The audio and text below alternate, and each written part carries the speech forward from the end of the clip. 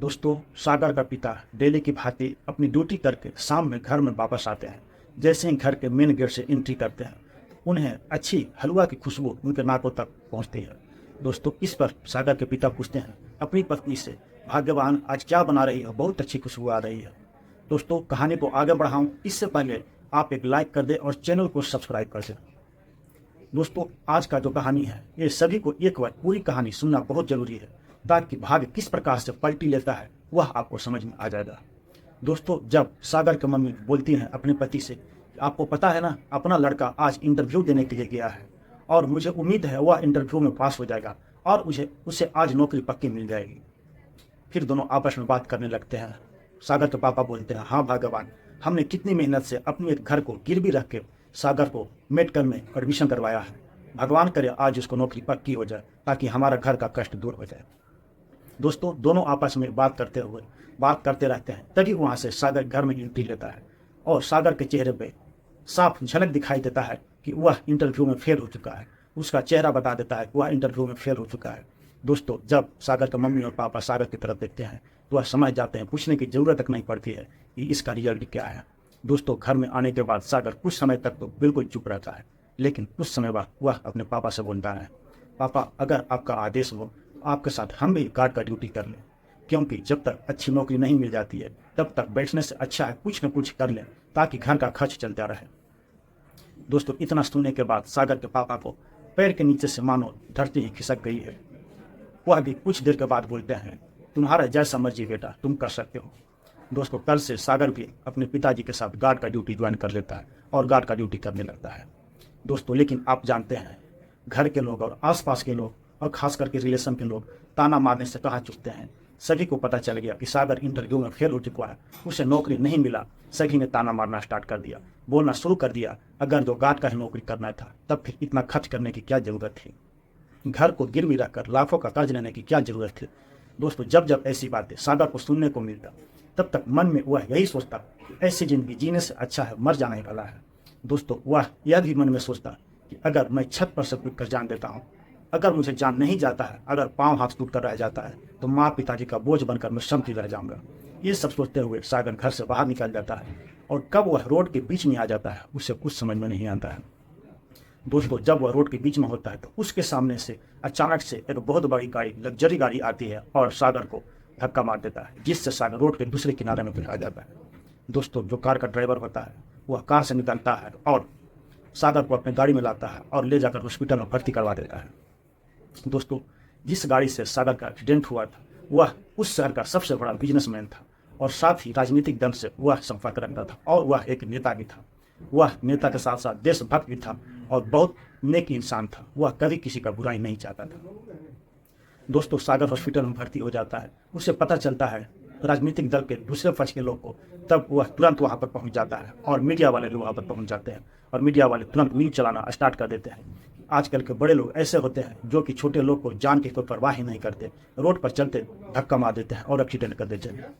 दोस्तों, राजनीतिक के दूसरे पक्ष के लोग भी वहाँ पर पहुँच जाते हैं और सागर से बोलते हैं, आप उनके बारे में उल्टा बयान देना, आप जो चाहोगे मुँह मांगा रकम आपको दिया जाएगा। इतना कहकर दूसरे पक्ष के लोग वहाँ से चले जाते हैं। दोस्तों, अगले दिन सत्यम बाबू भी हॉस्पिटल पहुंच जाते हैं, जो कि शहर के सबसे बड़े बिजनेसमैन थे और उन्हीं की गाड़ी से एक्सीडेंट हुआ था। दोस्तों, उनके वहां पहुंचने से पहले पुलिस के इंस्पेक्टर भी वहां पहुंच जाते हैं और सागर से बयान लेना स्टार्ट कर देते हैं। पूछते हैं, सागर आप बताओ आपका एक्सीडेंट कैसे हुआ। दोस्तों, सागर कुछ समय तो चुप रहता है, लेकिन कुछ समय सोचने के बाद बोलता है, इंस्पेक्टर साहब, इस एक्सीडेंट में सारी गलती हमारी है, क्योंकि हम कब रोड के बीच में आ गए मुझे कुछ पता नहीं चला। इसमें गाड़ी वाला का किसी प्रकार का कोई गलती नहीं है। दोस्तों, इस पर इंस्पेक्टर सागर से बोलता है, अभी आपके पास मौका है, आप ठीक तरह से आप सोच कर बताओ, कहीं ऐसा तो नहीं कि आप किसी के दबाव में आकर आप गलत ज्ञान दे रहे हो। दोस्तों, इस पर सागर बोलता है, इंस्पेक्टर साहब, कल भी हम वही बात बोले थे और आज भी मैं वही बात बोलूँगा, क्योंकि हमारे पिताजी ने सिखाया है, चाहे मजबूरी कितना भी हो या किसी तरह की हो, हमेशा सच्चाई पर लड़ना चाहिए और जो सच्चाई है वह बात मैं आज भी बता रहा हूँ, इसमें सारी गलती हमारी है। दोस्तों, इस पर इंस्पेक्टर बोलता है, अगर गलती तुम्हारी है तो जो हॉस्पिटल का चार्ज होगा, फी होगा, वह खुद तुम्हें ही पेड करना पड़ेगा, और अगर गलती तुम्हारी नहीं होगी तो जो एक्सीडेंट किया है ये पूरा पेड उस एक्सीडेंट करने वाले बिजनेसमैन को पेड करना पड़ेगा। दोस्तों, इस पर सागर बोलता है, कोई बात नहीं, सारा मैं पेड करूंगा, लेकिन जो सच्चाई है वही मैं आपके सामने रख रहा हूँ। दोस्तों सागर की इस बात पर जो बिजनेसमैन थे सत्यम बाबू, उनको वहाँ से बिल्कुल निपटारा हो जाता है, छुट्टी हो जाता है, वह पुलिस के कस्टडी से बाहर हो जाते हैं, उन्हें छोड़ दिया जाता है। दोस्तों वहाँ से अगले दिन हॉस्पिटल से सागर की छुट्टी होने वाली होती है, तब उसके माँ और पिताजी काउंटर पर जाते हैं पूछने के लिए कि इसका कितना बिल हुआ, और वह मन ही मन ये भी सोचते हैं कि इस बिल की भरपाई हम कैसे करेंगे।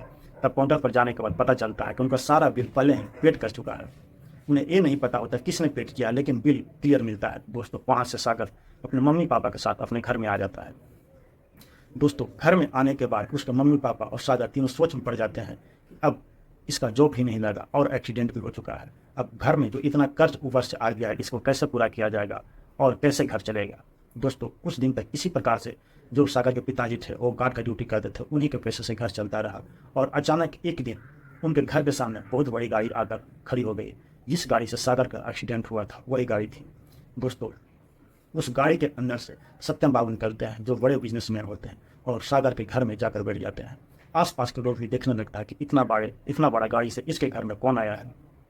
दोस्तों आप जानते हैं कि गांव घर वाले लोग, आस पड़ोस वाले लोग यही सोचते हैं कि इसके घर में इतना बड़ा लोग कैसे आना जाना लगा रहता है। उसे देखकर भी सभी अचंभित थे कि बड़े गाड़ी लेकर इसके घर में कौन आखिर आया है। दोस्तों वह जो सागर था, सागर के मम्मी पापा देखता है कि सत्यम बाबू जिसकी गाड़ी से एक्सीडेंट हुआ था वही आदमी है। घर में जाकर चेयर पर बैठता है। तब सत्यम बाबू पूछता है कि आपका अभी तबीयत कैसा है। सागर से पूछता है। सागर बोलता है अभी फिलहाल मैं ठीक हूँ। दोस्तों इस पर सत्यम बाबू बोलता है कि आप लोगों को सच्चाई पर मुझे गर्व है, क्योंकि जब हमसे एक्सीडेंट हुआ था तब आप लोग जितना चाहते हमसे रकम वसूल सकते थे, सिर्फ बयान देना था बस, लेकिन आप लोगों ने सच्चाई की राह पर चला। इस पर सत्यम बाबू अपने बैग से एक 10 लाख का चेक निकालता है और सागर को देता है। बोलता है कि आपका यह सच्चाई का उपहार है, आपका मेरे तरफ से सच्चाई का इनाम है। उसके बाद सत्यम बाबू यह भी बोलता है कि मुझे अपनी कंपनी में आपके जैसा ही मैनेजर की एक ज़रूरत है। आप चाहो तो मेरे कंपनी में मैनेजर के पद पर आप ज्वाइन कर सकते हो, आपकी अच्छी तनख्वाह होगी, और जब आप ज्वाइन करेंगे आपको एक बंगला भी दिया जाएगा और बंगले से ऑफिस आने जाने के लिए एक गाड़ी भी दी जाएगी।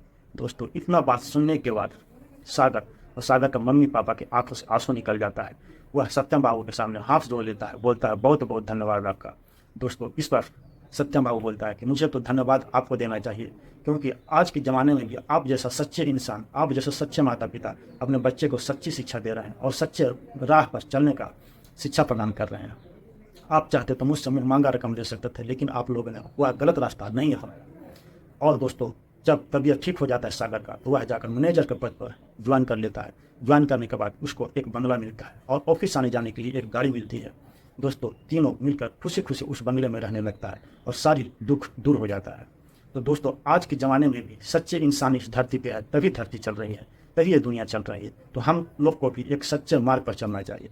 दोस्तों आप लोगों की मेरी यह कहानी कैसी लगी आप ज़रूर बताना, और एक अच्छा सा कमेंट जरूर करना, और चैनल को सब्सक्राइब करना ना भूलना। दोस्तों आप लोगों के साथ मैं अगली वीडियो में मिलता हूँ एक नई और अच्छी कहानी के साथ। तब तक के लिए नमस्कार।